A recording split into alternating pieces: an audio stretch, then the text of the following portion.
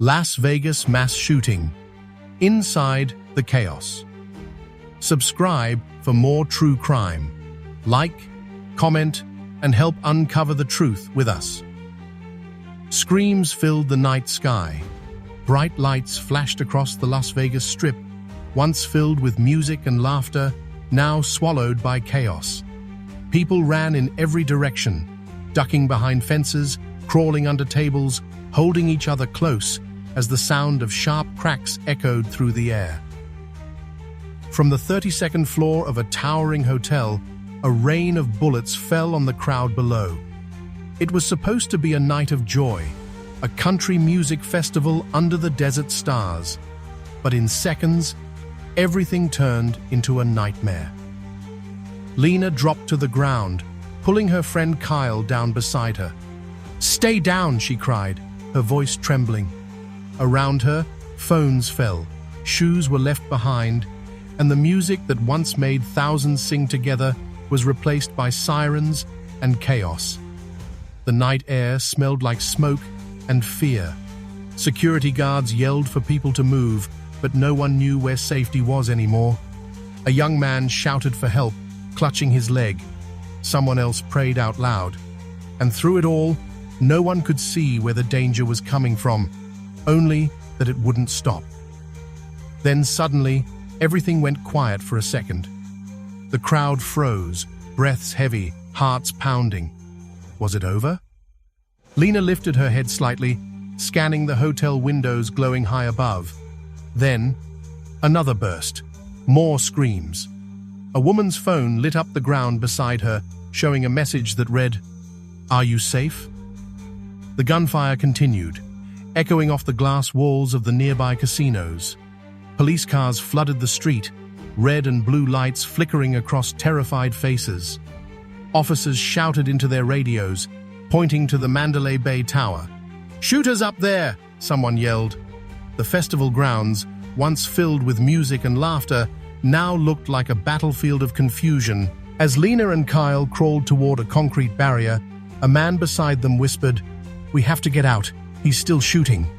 But when they turned toward the exit, a new round of shots rang out.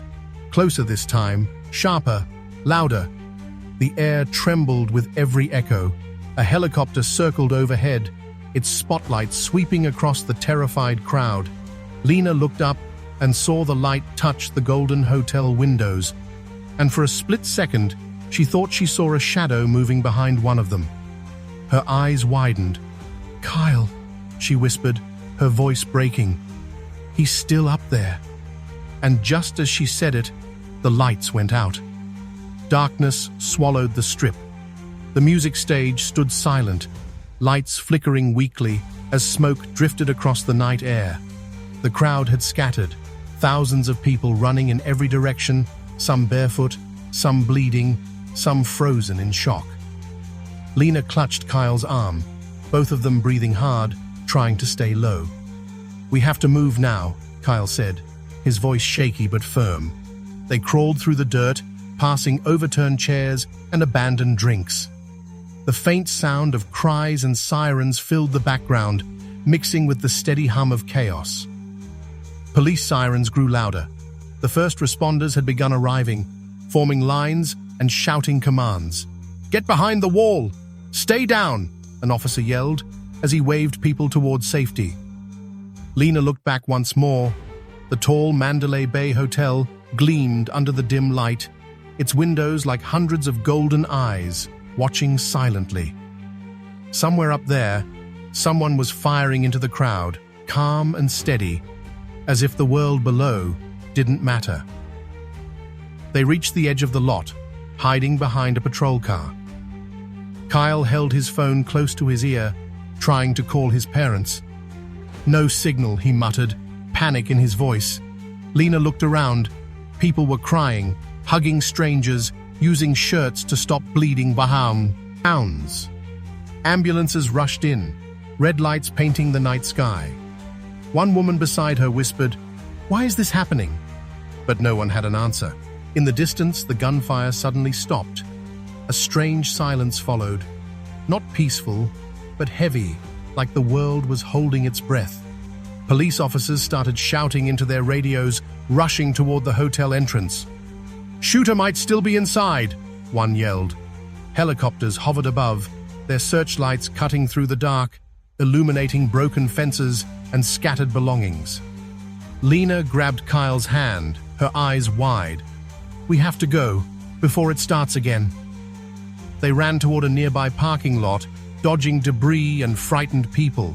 Behind them, the hotel loomed like a silent monster. Every few steps, Lena turned back, expecting another sound, another burst. But all she heard now were sirens and the distant hum of fear spreading across the city. When they reached the lot, a paramedic shouted for help. "We need hands over here!" Kyle rushed over, helping lift a man onto a stretcher. Lena knelt beside another woman who was shaking uncontrollably, whispering, "It's okay, it's okay," even though she wasn't sure if it really was. Then, just as things seemed to calm, a deep rumble echoed from the strip. The police radios crackled. Possible second location, shots fired again. Lena froze. "No," she whispered. The chaos wasn't over, it was spreading.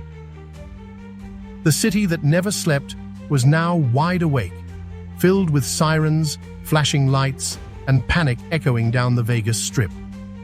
Lena and Kyle ran through the back alleys behind the concert grounds, their hearts pounding so loud it drowned out their thoughts.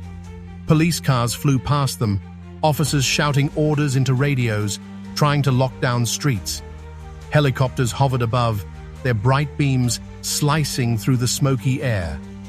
The chaos hadn't stopped, it had only shifted. They ducked into a small diner where dozens of people had taken shelter. The manager had locked the doors and turned off the lights. Eve, Ryan sat on the floor, faces pale, hands trembling. A woman cried softly into a napkin. Someone else muttered, "I still hear it. The shots." Lena sat against the wall, gripping Kyle's jacket, her fingers numb. She stared at the TV mounted in the corner. The local news had already broken the story.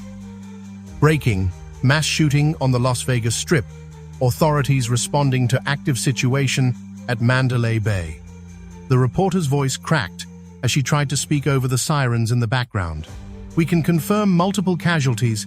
Police believe the shooter fired from a hotel window onto a crowd of concert-goers."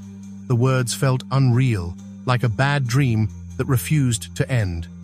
Moments later, an officer entered the diner. His vest marked LVPD. "You're safe here," he said. "Stay inside until we clear the area." But his eyes said otherwise. They were tired, shaken. The entire city felt like it was holding its breath. Then came the news across the radio. "Shooter down. Repeat, suspect down in hotel room." A wave of quiet filled the diner. People looked at each other in disbelief. Was it really over?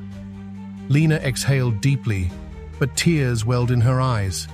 The relief was mixed with something heavier: grief, confusion, and the memory of every sound, every scream that still echoed in her mind. Outside, the first light of dawn began to rise over the strip, turning the chaos into an eerie calm. Broken fences glimmered in the early sun. Shoes, phones, and empty cups lay scattered across the ground like forgotten pieces of a different world. Lena and Kyle walked slowly past police lines, their shoes crunching over debris. Cameras flashed, reporters whispered. The strip, once glowing with joy, now stood silent under the soft morning light. Kyle turned to her and said quietly, "We made it out, but it doesn't feel like we did." Lena looked up at the Mandalay Bay Tower. Its window was golden and still. "No one will ever see this city the same way again," she whispered. And as the wind swept across the empty concert field, the faint echo of last night's music drifted through the air, haunting, distant, and unforgettable. If you thought this story was intense, you're not ready for the next one. Hit subscribe, because the world's darkest crimes are only just beginning to surface.